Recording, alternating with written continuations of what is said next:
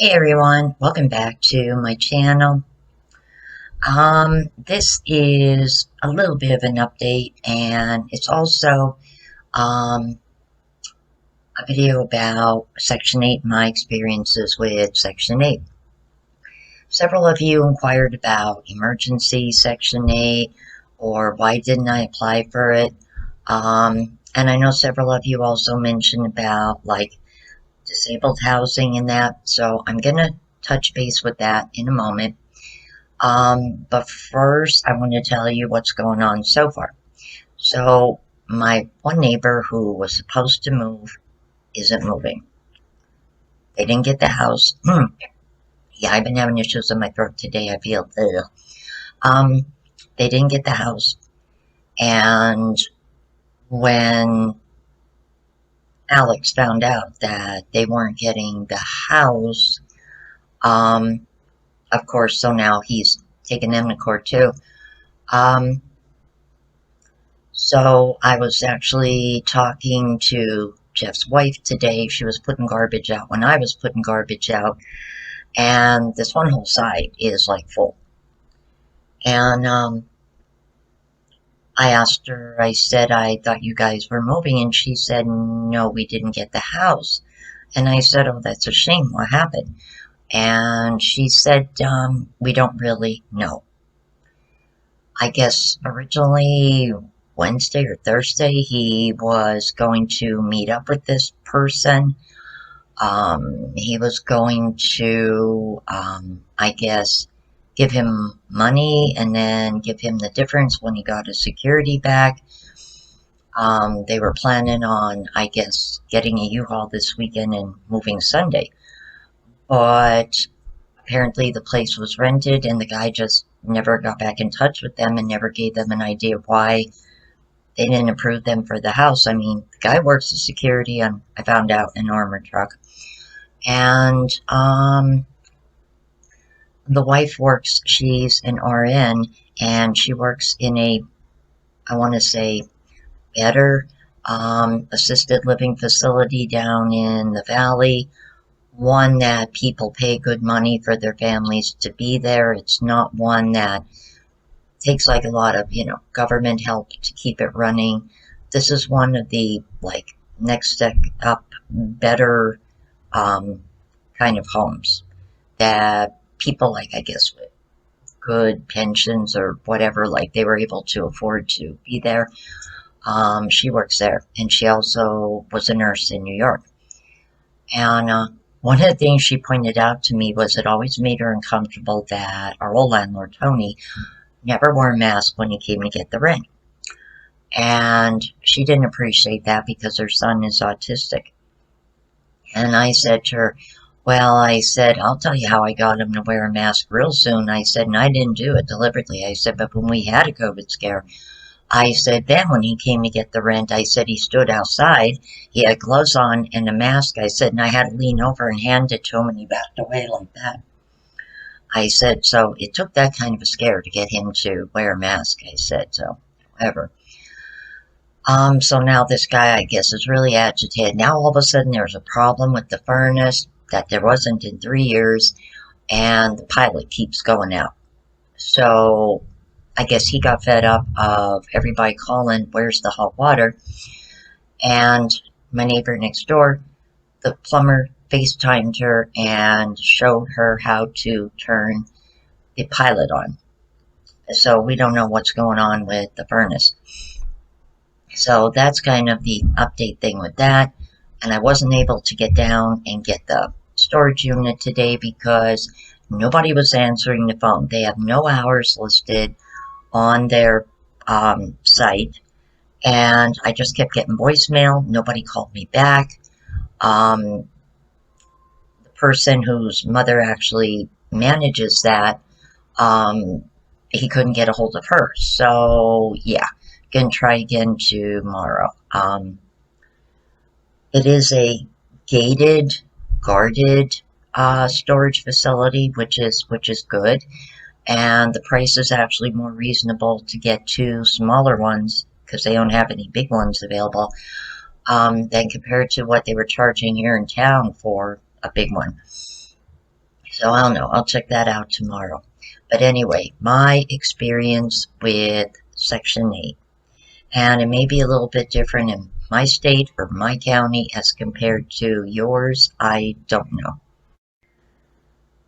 My first experience with anything to do with Section 8 was when I got an apartment. It was an attic apartment. And that was where I found out I was pregnant with Ronnie. It was a 2-bedroom apartment.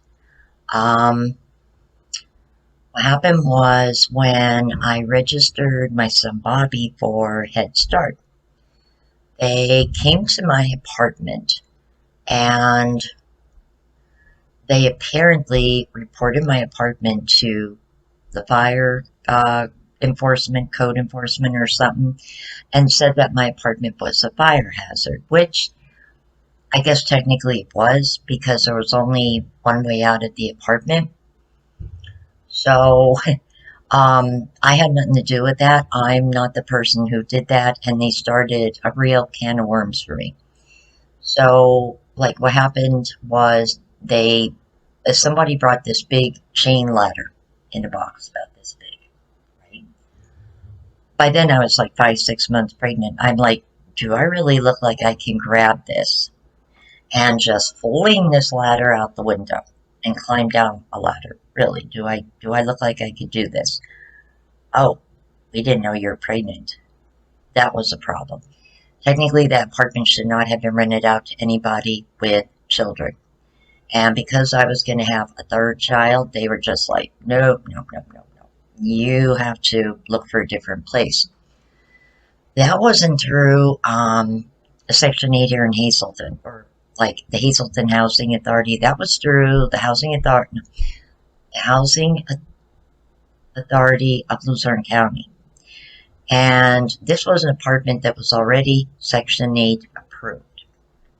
It was a little bit different than having a Section 8 voucher. I transitioned from that to having a Section 8 voucher, though. So then I had this apartment on West Maple Street. It was a 3-bedroom apartment, and I lived there 10 years. 10 years. Longest I ever lived anywhere. 10 years. The dad died, who originally I rented from. The property was left to his oldest son. His oldest son took it over. And the same carpet was in the apartment for 10 years. It was never replaced. Apartment had never been painted after 10 years. So you can imagine how dingy it started looking after 10 years. I offered to paint it. Ronnie's dad offered to paint it. We were going to get the paint ourselves and paint it. I was just like, no, no, no. So what happened was my oldest son, obviously became a teenage father. And my mom found him an apartment for him and his girlfriend at the time. So not too long after he got the apartment, he got in trouble at school. He was going to the Alternative Learning Center, and he got petitioned to juvenile court, and he went to boot camp for a few months. When he got out of boot camp and he was put on probation, the probation officer didn't know what to do, because when, quote unquote, he was like released back in my custody, my mom, me, and my son told this probation officer he doesn't live with me. And he's like, why? And I said, because my mom got him an apartment because he was going to have a baby, and he has a baby now. I said, there's no room in my apartment, and I'm on Section 8, and they're not going to let everybody there. So the judge didn't know what to do and figured, let probation deal with that. So probation officer had said to me, well, you're going to have to emancipate him. And when I tried to emancipate my son, his application was rejected because he was still in school. And so the probation officer said to me, well, you're responsible for him if anything else happens. Okay, fine, whatever. What am I supposed to do? But legally, I had to keep his room for him so that any time before he turned officially 18 years old, if he needed to come back home, I legally had to allow him. Well, fine, I had his room. So, Section 8 found out that he had essentially moved out. And they wanted me to downsize to a 2-bedroom. And I took this paper from my son's probation officer and from, I think it was not children youth, but juvenile court advocate, or something to do with the juvenile courts. And I turned it into them. And I didn't hear anything. So maybe like a week or two after I turned those papers off, I get a letter back, and they're basically saying that if he was not physically residing there, I had to look for a smaller apartment. And I turned around and said, I don't know if I can really do that, because I don't need to get into trouble with juvenile courts either, you know. So it turned into this big battle with Section 8. They wanted me to downsize. They said I didn't need a 3-bedroom. And it just so happened that there really was not any 2-bedrooms like available at that time.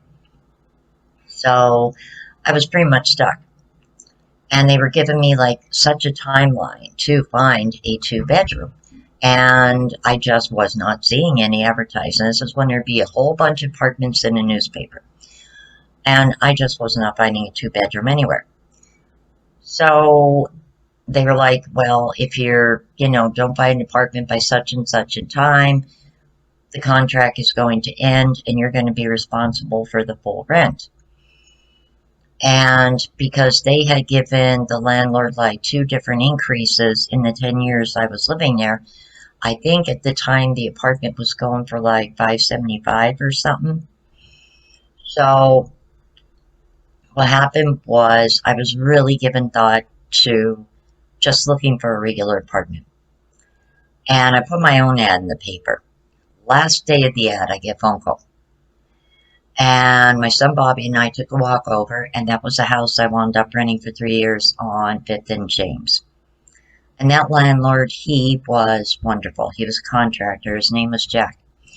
I used to have to chase after this guy to come and get the rent check.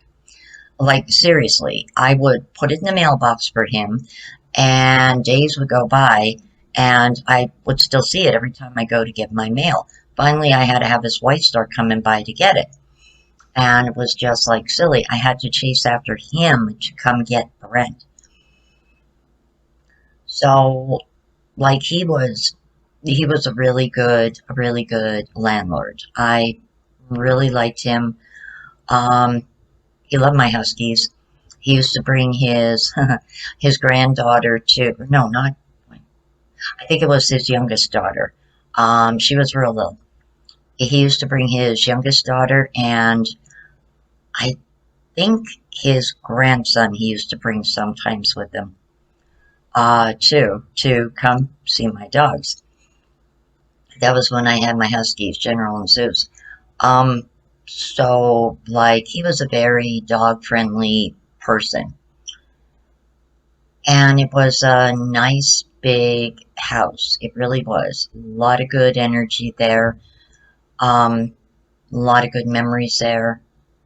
It was a nice, big, roomy house. Drafty, but it was a big, roomy house. And I was heartbroken when he sold it to a couple from New York who wound up selling it a year later.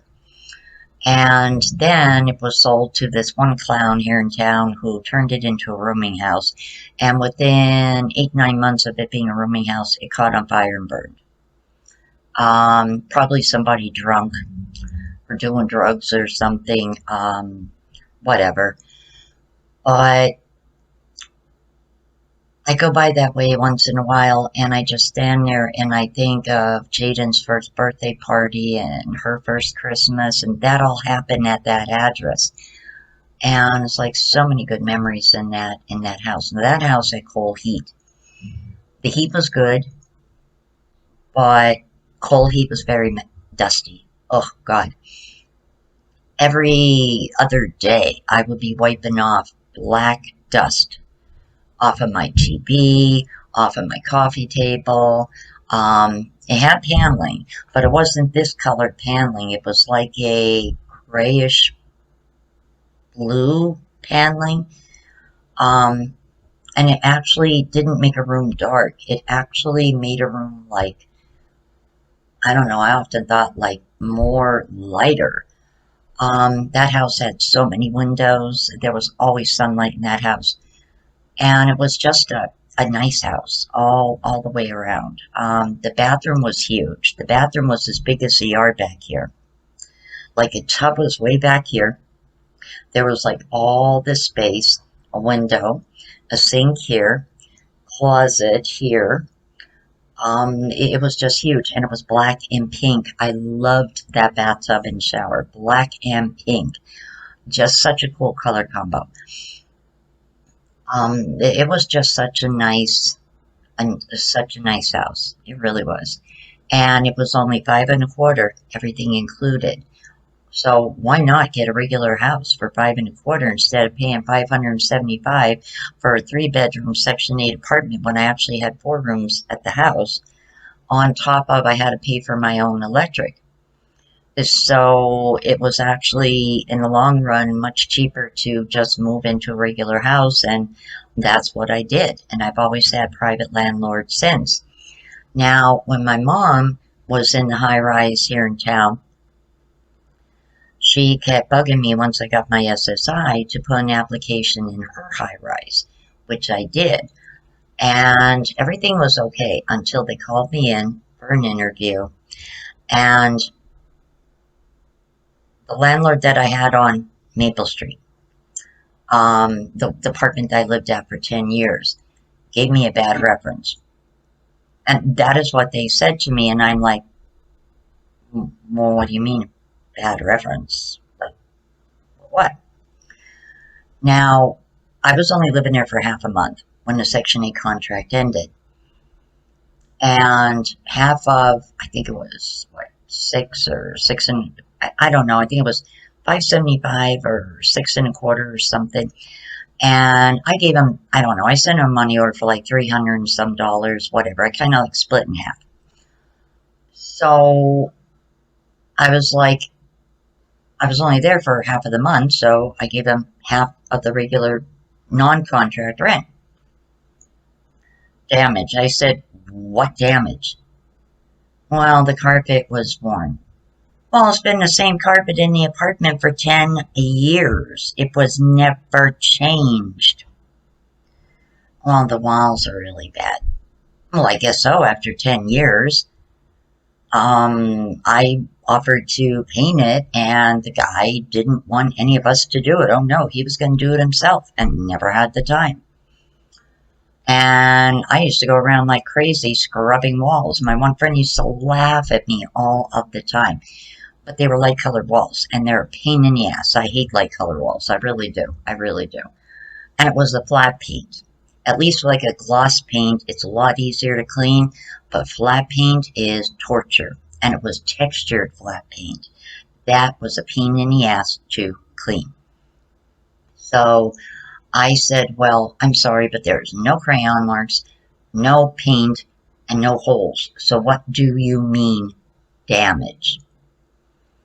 I said, and if there was damage, why didn't you take me to court? Like, why, you know, this was like maybe 5 years later, and they refused to let me see the letter. And I said, well, I think I have a right to know, and I would like to see the letter. They refused to show me the letter. I think what it really boiled down to is that one of the apartments that I was like going to be moving into or something, wasn't ready in time. And I stayed at my mom's briefly at the high rise. And I think that had a lot to do with it because I was there a little bit longer than 2 weeks. And um, that was probably the issue because they're so strict with these things about how long somebody could stay at your place or having people come over, like all that. Um, because what was funny was about 2 years after that experience at my mom's high rise, I applied for disabled housing in Freeland. And no problems up until they did a credit check. And I almost fell over because you're thinking government housing, public housing, like what are they looking for? And I was told they look to see if you have any outstanding utilities, and I thought, well, why does it matter? Like, really, you're in a fixed income. Why does it matter if you have an outstanding, I don't know, gas bill from, say, 15 years ago? What does that have to do with your situation right now? Like, I didn't understand that. So, to the best of my knowledge, no, I didn't know anything like that. And then I get a letter, and they need to talk to me. Now, mind you, I'm paying weekly for a room in Freeland. And I go back to the office, and they're like, well, we have a problem. Well, what's your problem? You owe the gas company $4,000. And I'm like, what? Like, I think you're crap, because I think I would know if I owed the gas company $4,000. And I called UGI up that time, and they couldn't even find my account. And I said, well, I don't know, but I said according to a credit check. So, like, I had never checked, credit thing. I actually, like, went over to there was a school over there in Freeland, MMI, and they used to let people use their computers in the evening. So I went over there, and I went on to, I forget which one was it, Experian or Equifax, one of them, and I requested a credit report. And nothing about this UGI showed up on it. So I called them up that time at the office that was handling the applications for the disabled housing, and I said, well, I have a copy of my credit report. I said, UGI is not on here. I said, so we have a problem. I said, because UGI claims they can't even find my account anymore. So where did you come up with this info that I owe them $4,000? I said, because I'm not seeing it. I said, maybe possibly 400, because years prior I did have a 6-bedroom house, and I did pay for my own gas heat. And there may have been an outstanding balance from that, but not $4,000. So, I wound up not taking advantage of that anyway, because I would have needed to come up with a security deposit of $200 and some dollars, which I had to have prior to moving in there. I also had to pay, what was it, $100 and something a week for the room that I had. And there was something else that I needed to do, and I just didn't have enough money to like do everything, so I just said to heck with it. So yeah, but 2 different experiences of basically like subsidized housing, and I thought, wow, what a difference. Now, as far as a few of you guys mentioned about emergency Section 8, I don't believe there is such a thing here. Now, there is like HUD housing. There's like Hazleton Garden Apartments. They are accepting applications, but they're not renting anybody because of the pandemic. Makes no sense to me why, but they're not. There was the Lincoln Street Apartments, and I had seen a 2-bedroom, and I never got contacted with them of if I could apply online or did I have to go and pick up an application for that. That kind of went by your income. So, like, the family projects here in Hazleton have a waiting list of at least 3 to 5 years. And the thing that cracks me up about them is they do background checks and all this and that, and yet guess where most of the drug dealers are from? And where are overdoses from? And where are the riffraff mostly found? In that area. And that just kills me. Like, my one friend years ago literally almost got kicked out of public housing because her husband got arrested for selling drugs. They were actually separated. And her husband got arrested not in town, but outside of town, but still this county. And she was living there when her 2 younger sons who were handicapped were real small. And when his name hit the newspapers, she got drug in the office, and they were like giving her, the whole, spiel.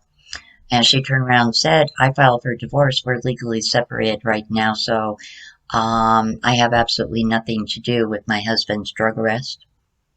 If you notice, he didn't get arrested in Hazleton because he's not living with me. But they made it really, like, hard for her. And she eventually wound up just leaving it because, people talk and them kind of things. And I guess she was just getting, like, the cold shoulder from people, So, yeah, she wound up just leaving, getting a regular apartment down the road. But, like, the idea kills me that subsidized housing like that is going to do a credit check on you. Because, like, I just think that's rather rude and redundant. I mean, like, why should the fact that you have an outstanding utility bill, maybe that you even honestly forgot about, from, say, maybe like 10 years ago or something, why should that bar you from securing an apartment? So I don't understand the logic behind some of their rules.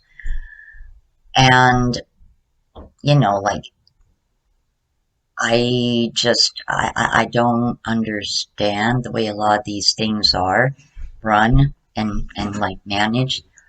Like, okay, I could understand, a thing about people staying at somebody's place and this and that. Okay, I get that.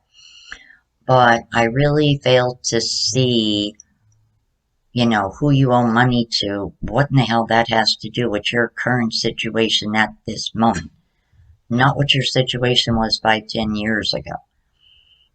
Like, because odds are good you wouldn't be able to pay that off anyway. Yeah, so, I mean, like, really.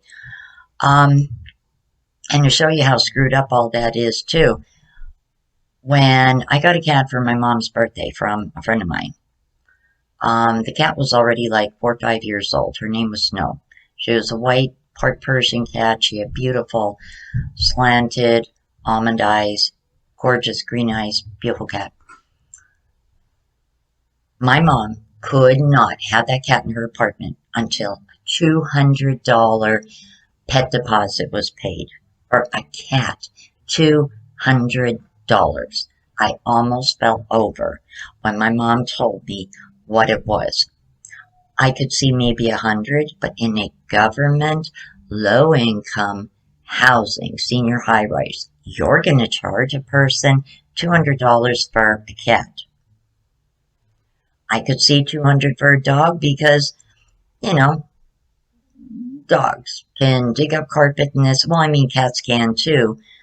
But, I mean, having had both, like, I could imagine Well, I guess in a way, if you look at a cat urine on a carpet, okay, yeah, I guess I could see their point. But this was an older cat, and she was already spayed when my friend gave her to me. So for my mom's birthday, my son Bobby paid the $200 pet deposit. But charging a senior citizen $200 for a pet is bullshit. And I, to this day, am like amazed that a government high rise would do that to people. Like that was just nonsense. And it just blows my mind. So yeah, that is my experiences, with all of that. Um, Still packing. I could only pack so much, and then my mind starts wandering, and I just have to stop because I just finally got myself calmed down somewhat. Um, that lawyer that I had been talking to from Norpan Legal called me Friday afternoon, and she asked me for, all the paperwork. I sent it to her. She asked for my rent receipts for February and March. And she asked me why the receipt was different for March than February, because it's from a different book. And I said to her, because the day that Tony came here, which was either 26th or 27th of February, I said to her, he didn't come here for the rent. He came here to tell me that the new owner was going to be coming here a few days later, the following week. And I said to him, well, while you're here, do you want to take the rent? And because he didn't have his rent receipt book with him, I let him use the one that I have. And I have one from when we lived over in Freeland. I used to make Lisa and Ray write me out a receipt. So I said to her, that is why it's a different receipt book. I said to her, because he didn't come here that day for the rent. He came over here to tell me in person that the new owner, and because he went so far as to tell me he was nervous about it, and I said, why? And he said, well, until you get the check in your hand, he said, nothing is 100%.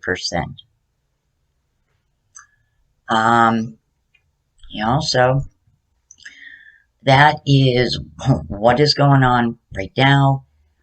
That is my experiences with Section 8. Oh, and I just wanted to throw this in before I end this video, that a lot of these people with Section 8 vouchers are having a hard time finding landlords taking it. A lot of these new owners now do not want to deal with Section 8. There was a time that Section 8 was like very, very popular here. And a lot of landlords got in on it because they were able to actually get more money for their properties. But a lot of these new owners and people that are buying it net and then turn around and rent their properties, they don't want any part of it. I don't know if it's a pride thing or if they want to charge too much that the government won't pay for the apartment. I don't know. But if a regular rent paying person like me is having a hard time, I see every day in these different real estate groups that I joined on Facebook, there's always 5, 6 people looking for a Section 8 house, Section 8 apartment, 2-bedroom, 3-bedroom, 1-bedroom, blah, blah, blah, this and that. So Section 8 people are having a hard time too. So having Section 8 in this area, and I'm sure it's probably similar in other states, are having a hard time finding a place too, because there's like less and less landlords accepting it. So, I don't know, guys. It's going to be one hell of a mess. It really, truly is. I don't know what's going on, but I know I'm going to hear from this lawyer, most likely Monday morning, bright and early. So I will see what, she has to say. I sent her everything she needed, and just going to see what happens Monday. I am hoping that tomorrow, at least by tomorrow evening, I could upload this recycle reuse video. I have been working on something. I stopped with it for a few days because I have been packing, but I really wanted to finish this item. So I'm hoping that I can get that video finished tomorrow. So take care, guys, and I'll be seeing you all on my next one. Bye.